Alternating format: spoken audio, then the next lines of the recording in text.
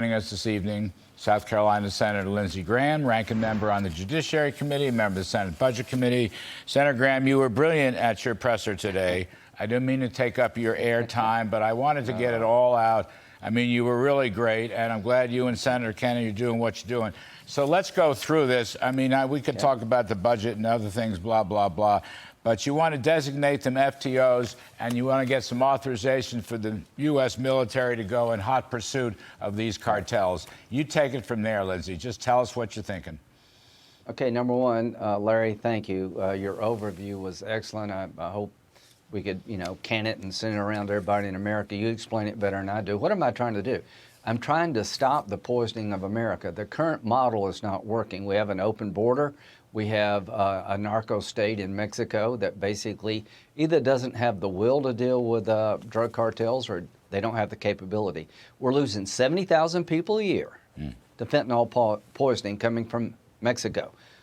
We lost 50,000 in the entire Vietnam War. We're losing 200 people a day. This is a national security crisis. 4 South Carolinians, 2 were killed and 2 were kidnapped and tortured by going to Mexico by drug cartels. So what am I trying to do? They've been terrorizing America, the drug cartels. I want to terrorize them.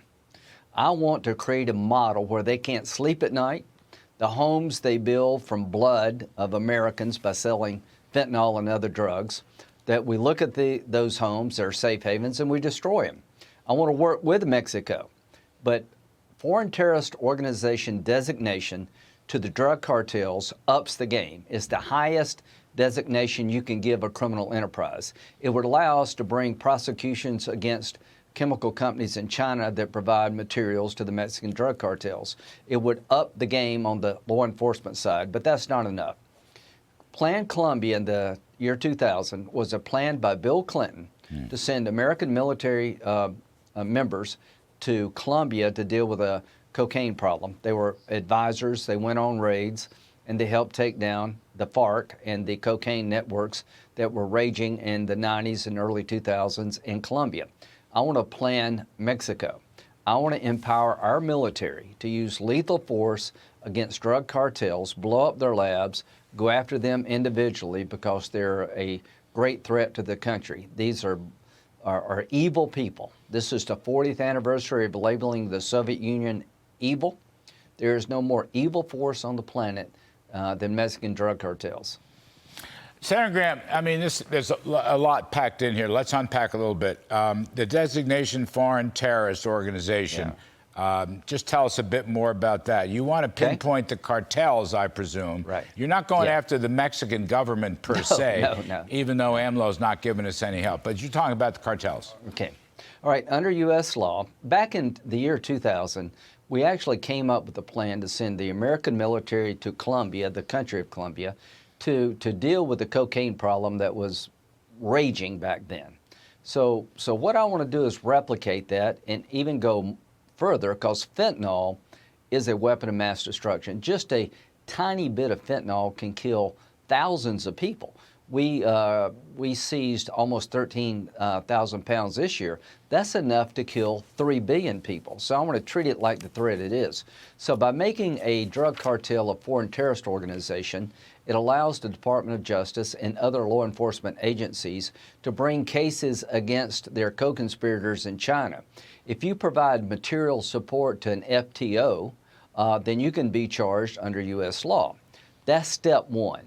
Name them for what they are, terrorist organizations. Step 2 is give the military the power, as the last resort, if Mexico won't help, to blow these damn labs up and kill the people who are killing us. So basically, using that Plan Colombia, we've done this before. Yes. So there's nothing outrageous in our national security history. Right.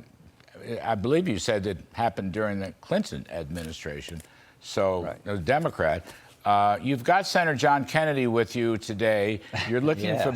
He was on this show last night. We were talking about the Federal Reserve. He's a pretty smart fellow. Yes, indeed. Oh, he's awesome. He's also got a good sense of humor, as you do as well.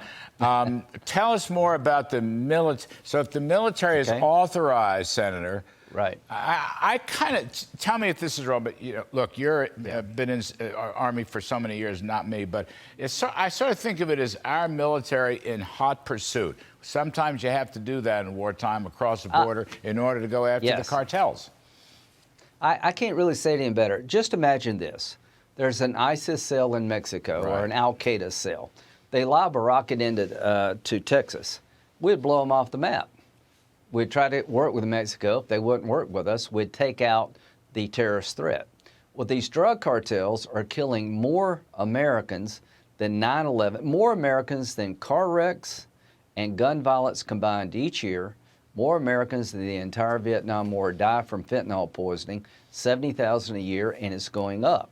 So what does this two-step process, what does it allow? It allows for the drug cartels to be treated differently under U.S. law, and the authorization to use military force is not to invade Mexico, not to take the Mexican government down, is to use military force to strike at the cartels, the labs, and their infrastructure that's killing Americans. We do this all over the world. We hit terrorists in Syria almost every night. We do it in Iraq. Wherever there's a threat to Americans, we deal with that threat. The number one job of the federal government is to defend this nation. The Biden administration has not done all they could do to stop the fentanyl poisoning of America. They have been slow. They have been reluctant. I am changing the game. I want every drug dealer in Mexico to not sleep well at night wondering if there's a missile coming through the window. I love that. I love that, Senator Graham, just the way you put it. That's fabulous stuff. And I think you're giving everybody a wake-up call. Bill Barr's editorial last week was very important. Former Attorney General, actually twice a former Attorney General. You're taking the next step. Can you round up some Democrats in the Senate? I think so. Can you get the House Republicans to put this kind of legislation on the table? So, number one, we've been talking about making drug cartels foreign terrorist organizations since 2012. I'm tired of talking. I'm ready to do. I think I've got a Democratic co-sponsor to make the drug cartels foreign terrorist organizations. The next step is to give the military the capability to target drug networks in Mexico to stop the poisoning of America. I'd like to do it with the Mexican government. I hope we can. That's what we did in Colombia. But I want to let Mexico and the world know when it comes to defending America, we reserve the right to do that. We attack terrorists all over the world every night, and I want to put on that target list drug cartels in Mexico. One more thing before we lose you, Senator Graham. It's such a pleasure. It's so rare to get you on this business show. We love having you. You and I have known each other a heck of a long time. You were talking politics, very interesting way, I don't know, a few weeks ago. I want to play some sound on that and maybe get your quick comment. Okay. I know the downside of Trump, but let me tell you about the upside of Trump. There are no Trump policies without Donald Trump. You know why NATO gave $431 billion in defense spending increases? Because they thought that Trump really meant it when he said he was going to pull out. You know why we moved the embassy of the United States to Jerusalem? Trump said I would do it, I would do it. He is responsible for securing the border through his personal will. There are no Trump policies without the man, Donald Trump. All right, you heard it. I know some downsides, I hope he's watching. I hope he's watching. By the way, he does watch the show a lot. Yeah, he loves you, man. He's a big Kudlow fan. So, anyway, he's hot and cold on me, but he's a big Larry Kudlow fan. A word or two to sum it up. We're going to pick a nominee in 2024. We've got a lot of great candidates. You got Haley, she's awesome. You got Tim Scott, maybe Governor DeSantis. But I'll tell you this about Donald Trump. He did things that I've never seen anybody else do. He secured the border because Mexico was afraid of him. He stood up to China for the first time. He destroyed the caliphate. We were energy independent. There are no Trump policies without Trump the man. And I've never seen anybody so disruptive in a positive way as well as a negative way, but in a positive way to keep us safe and prosperous. And I hope that people remember that Donald Trump did things that nobody else could do, and I think he could do it again. Yes, sir. Anyway, I'm not picking winners and losers. He'll like that. He'll like that. He will like that a lot.